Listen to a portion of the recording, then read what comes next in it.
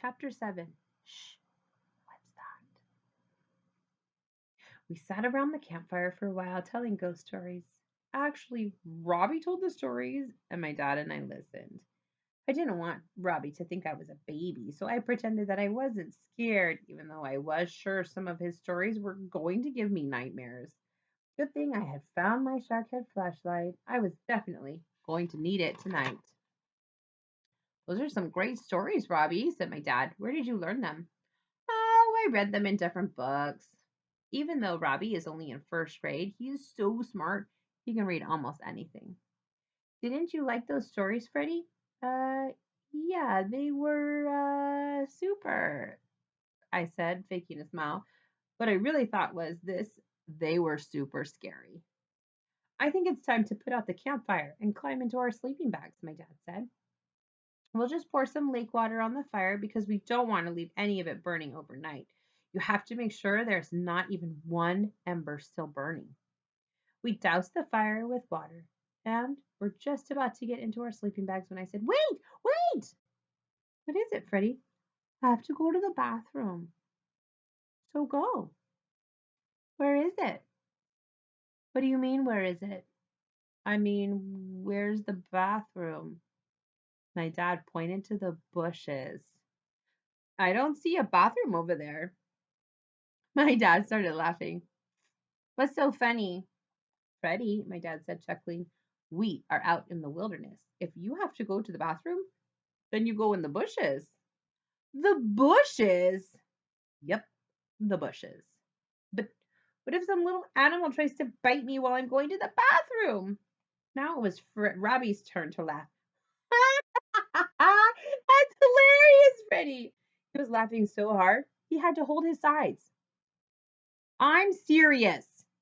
No animal is going to bite you, my dad said. Just take your flashlight with you and set it on the ground so you can see. Are you sure? I'm sure. Now hurry up and go before you have an accident in your pants. I ran behind the bushes, went to the bathroom as quickly as I have ever in my whole life, and was back in my sleeping bag in a flash.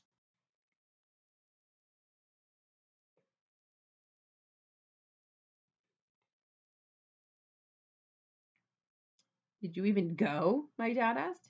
Yes, I went. I just went really, really fast. Hey, turn off your flashlight, Freddie, said Robbie. I think I see the Big Dipper. Really? Where? I lay down on my sleeping bag and looked at the stars. Right there, Robbie said, pointing up in the sky. See? It looks sort of like a spoon. Oh, yeah, I see it now. Isn't that the Little Dipper over there? Asked my dad.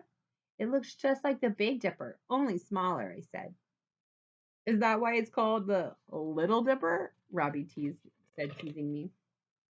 I gave him a playful punch in the arm. Be quiet. Oh, look over there, Robbie said. You can see Orion's belt. It looks like a line of 3 stars in a row. Wow, I've never seen so many stars in my whole life, I said in amazement. This is so cool.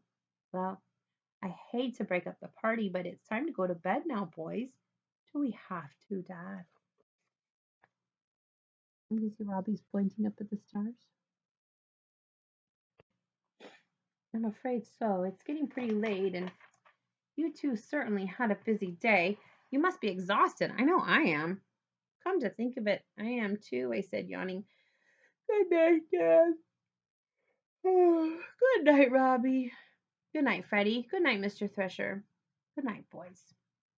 When Robbie and my dad rolled over, I pulled my sleeping bag over my head and secretly turned on my shark head flashlight. Who was I kidding?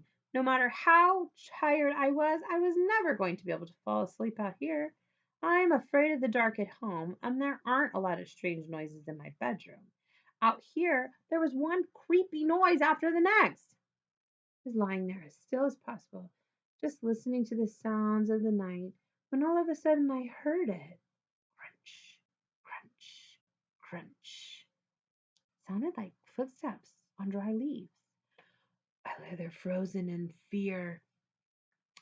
I wanted to reach out to my dad, but I couldn't move a muscle. The footsteps sounded like they were getting closer and closer. Crunch, crunch, crunch. My mouth was dry and my heart was beating a million miles a minute. Crunch, crunch, crunch. The creature was walking right next to my sleeping bag now. I held my breath. The sound must have woken up my dad because I felt him touch my leg. Dad, are you awake? I managed to say from inside my sleeping bag. Yes, he whispered. Do you hear that? Yeah. Stay very, very still. Why, what is it? A bear. A bear? Was he kidding? How could he be so calm? He's just looking for some food. He'll be gone in a minute. Now my heart was beating so hard, I thought it was going to pop out of my chest. A bear! A bear! A real live bear just walked right past my sleeping bag! After what seemed like forever, the sound of the footsteps got quieter as the bear disappeared into the woods. When I couldn't hear them any more, I poked my dad in the side. Is he gone? Yes, he's gone.